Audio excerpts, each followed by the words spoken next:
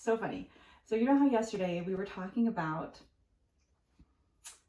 how do I phrase it? Just not judging people, right? And that we're not separating ourselves from other people because of their differences from us, or that they're not operating in the most healthy, well-adjusted ways, but that we're using that as an opportunity to deepen our love for them and help bring them to the light, bring them to the love. Well, last night I received a text that basically was an invitation for me to practice what I preach, because I was invited to participate in a meeting this evening. So last night I received a text pertaining to this evening to see if I would come and help and be a part of this. And the person that this was going to be helping was someone that I don't know very well, but their first impressions, or my first impressions of them, were not especially favorable. Like, they're not a terrible person by any means. I don't know them, and the things that I have seen, I'm kind of like, I don't know if I want to deepen this relationship. And it was really interesting because I did feel a lot of fear, a lot of anxiety, and I didn't respond to the text.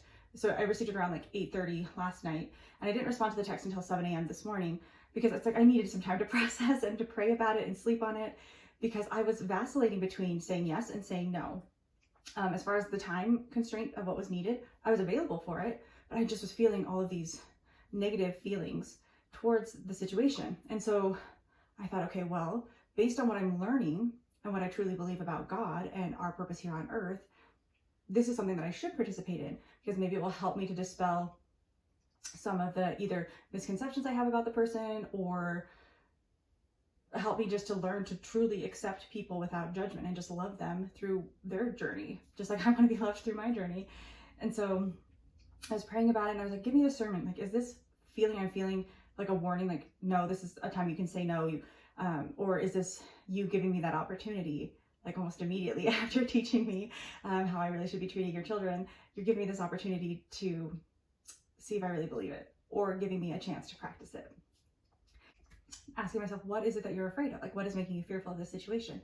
And it was really wonderful because, and also like embarrassing, because every time, and I should know better, but it's like anytime you kind of have like an issue with somebody, it's usually because they're shining a light on a fear that you have, an insecurity that you have, a trait about yourself that you don't admire in yourself, or that you wish you didn't have, or they have something that you wish you had or don't think is available to you.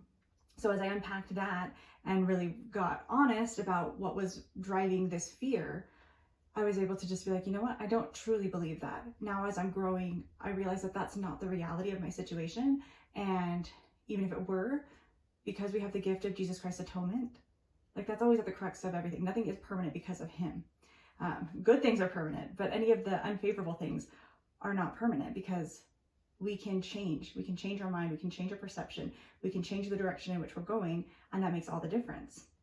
So the next thought that came to me was, okay, I don't think that I'm just supposed to befriend anybody or spend excessive time with just anybody. I think my love is available to everybody. My acceptance, my non-judgment is available to everyone, but perhaps not the full amount of my time. But then I was thinking about Jesus in the New Testament, when it talks about how he ate with publicans and sinners, and that Jesus wasn't afraid to spend time with people that weren't like him or weren't on the level of him, because really, who would have been? But that he was so connected to God the Father, to his love, his peace, his perfection, that he wasn't afraid to be interacting with other people. And truly, if we are to be the salt of the earth, how can we bring savor to anyone's life, especially the people who really need it, if we are refraining from interacting with them, if we're keeping them at arm's length? Okay, so like that part was kind of working in my mind of like, okay, yes, we need to accept everyone. But then I was thinking about God the Father himself, and how he says he can't look upon sin with the least degree of allowance, and that no unclean thing can dwell with God. So I believe that that is where he has, unconditional love for us. His love never goes away. It never stops, regardless of our behavior, regardless of our relationship with him. He loves us, period. However, he still does have boundaries. Not anyone can live with him. Not everyone can be in his presence if they're not willing to adhere to a certain standard of living. And so that is where I thought, okay, I just feel scared about setting a boundary. Like, if this person's behavior turns out to be something that I'm not a huge fan of, how am I going to set that boundary? How am I going to make that, I don't even fully like know how to explain what I'm saying, but basically, how do I be Christ-like and loving, but not let negative or ungodly influences into my life? And so as I was pondering that, actually I was driving home from dropping my son off at school, and I thought, okay, I just need to have a few phrases, and I can think back to past experiences where maybe I was caught off guard, like I was not expecting someone to say what they said or to do what they did, but I kind of was like a deer in the headlights and didn't respond or didn't stand up for myself. And so then that was conjuring feelings of like vulnerability and unsafety that I was projecting onto this new experience or this potential future experience. So then I just prayed and I was like, okay, Holy Spirit, teach me, like, what can I do? Like, should I have like little phrases or something that, you know, I could kind of role play or practice or kind of have in the back of my head of ways to respond to, you know, past scenarios that might show up again in the future.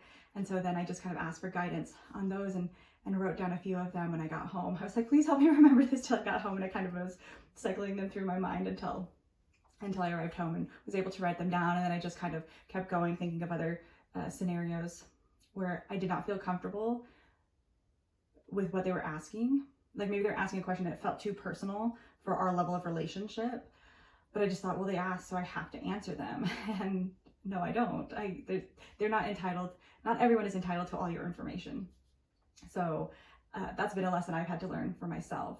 And anyway, so if you're interested, in the description, I will list some of the kind of phrases or responses that I came up with.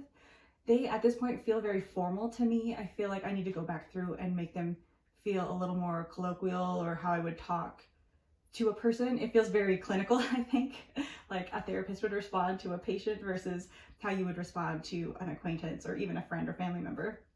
So I do need to work on that, but maybe it'll inspire you to come up with your own or take them and rephrase them into your own words.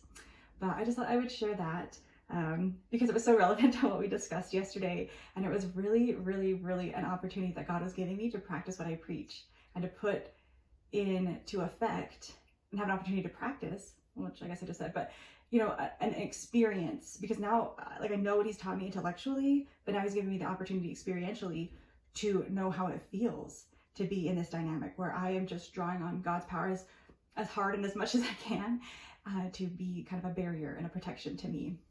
And truly, like, do we really need to be protected from each other? No, we're children of God, and ultimately nothing anyone does to us, even unto death, it cannot affect us because our spirit still lives on, we still exist, and spoiler alert, we get resurrected because of Jesus Christ. So really, truly, there's nothing that can harm us. So I just bear my testimony of that. See if you encounter situations where you have to interact with somebody, or maybe you just meet a surly person out in the wild while you're out running errands or at work, and see if you can't just come to them with a little bit of curiosity and compassion, like, I wonder why they're acting this way. Something must be going on in their life that is manifesting in this behavior. And how can I reassure them that they are worthy, that they are lovable, and that they are a worthwhile individual, and that we need them on this earth? So I just share that with you, and I hope you have a great day.